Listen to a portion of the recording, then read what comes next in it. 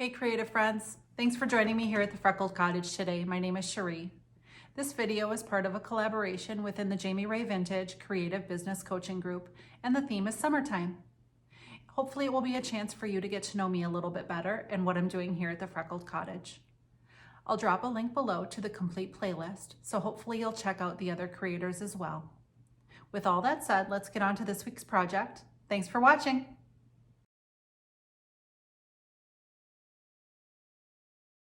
So for this project, I decided to use Waverly chalk paint in the color Maize, a Dixie Belle synthetic brush, a paper bowl, and a spray bottle. Okay, I'm going to begin painting here, and nobody really wants to watch me paint in real time, so I'm going to speed this up in a couple seconds here.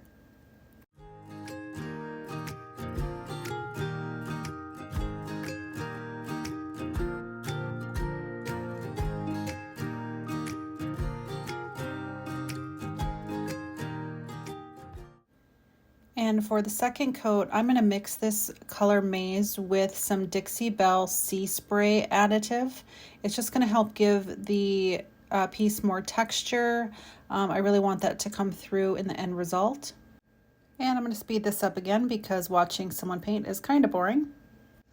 With this second coat, I'm really trying to get a bunch of texture on the piece, so I'm using a bunch of stippling motions and just trying to get a lot of texture on the piece so that that will show through in the final project. I actually wish I had put more of the sea spray mixture into the paint. In the end product, I really wish there had been more texture. Here I'm adding a coat of Dixie Belle Clear Coat in the flat finish. And in retrospect, I actually wish I would have put 2 coats of this on, and you will see why later on in the video.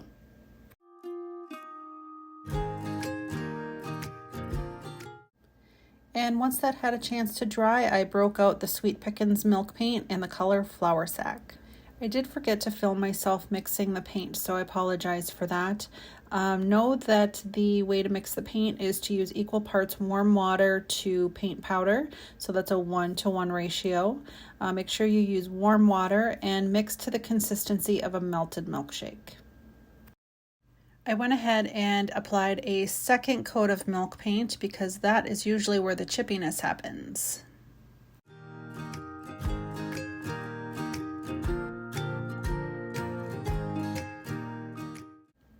So once I was done with the first coat of milk paint, I wanted to try and get some good crackle and chipping, so I got out my heat gun, and I was actually hoping for a lot more than I got. It seems that the wood was more dry and porous than I'd thought, and even heat gunning didn't help that much. So here you see me getting out the sandpaper and trying to create some of that texture and get some of that yellow paint to show through. I was hoping that the yellow paint would come through in chipping, but that didn't happen, so I had to use the sandpaper. And then on the sides here, I got out the 150 grit. I did have a little bit of chipping on the side there, as you can see, and I did take advantage of that, but I did still have to use the sandpaper. And then I got out my Birds and Bees stamp as well as the Vintage Textures stamp, both from IOD. And I got out my 220 grit sandpaper and gave them a quick little sand down to season them before first use. It's always a good idea to do this when you have a brand new stamp set. I'm also using this hexagon shaped stamp from this stamp set, as well as a craft block, which worked really well for this particular stamp. I also used Ranger Archival ink in the color Jet Black, and I created this template using that stamp just so I could have a better understanding of what I was going to do. This is going to get pretty repetitive quick here, so I'm going to speed it up for you.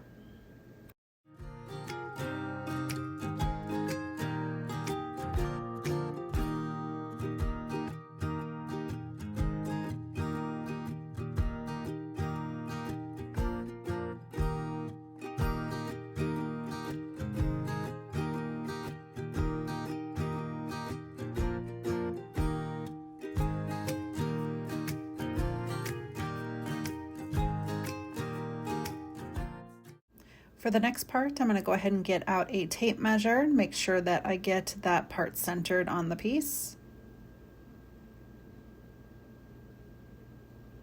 And I'm going to go ahead and ink up this large B here and get it centered. I pressed down really well and I still did not get a good impression. So I went ahead and took the stamp off the block and just lined it up really well and hoped that I get a good impression, and it looks like I did. There are a number of other smaller bees in this Birds and Bees stamp set, so I just went ahead and used those along with little pieces of the thin mount and placed more of the bees around the piece.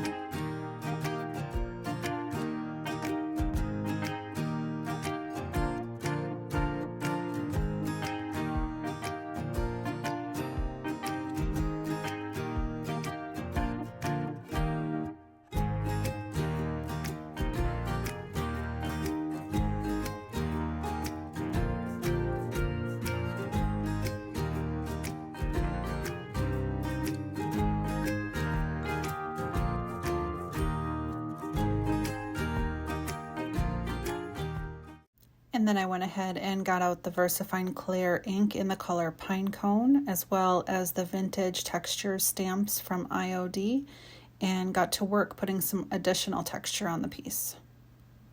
In retrospect, I wish I would have just went ahead and used the Ranger Jet Black ink instead of the Pinecone, but it did turn out in the end pretty well.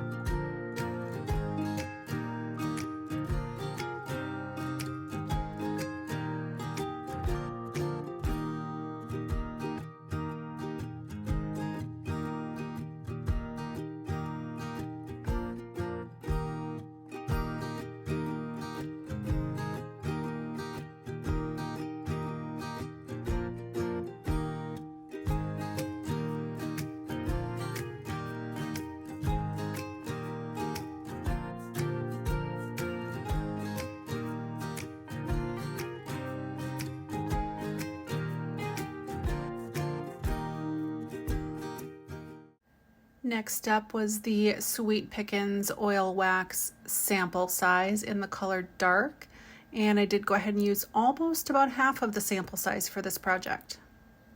With this product, you want to make sure and get into all the nooks and crannies of the piece that you're working on, and no need to be neat or make this look pretty. This is not a pretty part of the process, and pretty much where you need to just trust the process.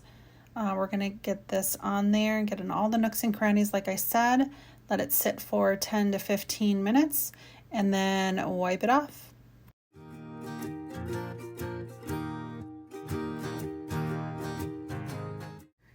And then once the oil wax has had 10 to 15 minutes to sit on the product and get absorbed, you'll want to grab yourself 2 rags. The first one will get the majority of the product off, and then the second one will get the rest of it off of the places you want it off of. It will pretty much just stick inside the nooks and crannies. And then I flipped it over at this point and got to the top, so I added the oil wax, and again just using stippling motions and making sure that all the product gets into the nooks and crannies.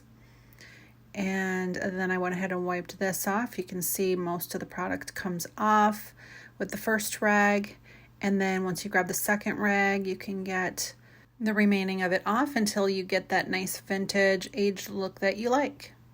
Ready for the big reveal? I just really love all that vintage texture and crackle, and especially how that yellow is coming through from the bottom layer. It's just so pretty, and I really love how it turned out. And these stamps from IOD are just amazingly detailed, and I just love them so much. Leave a comment below and let me know what you think.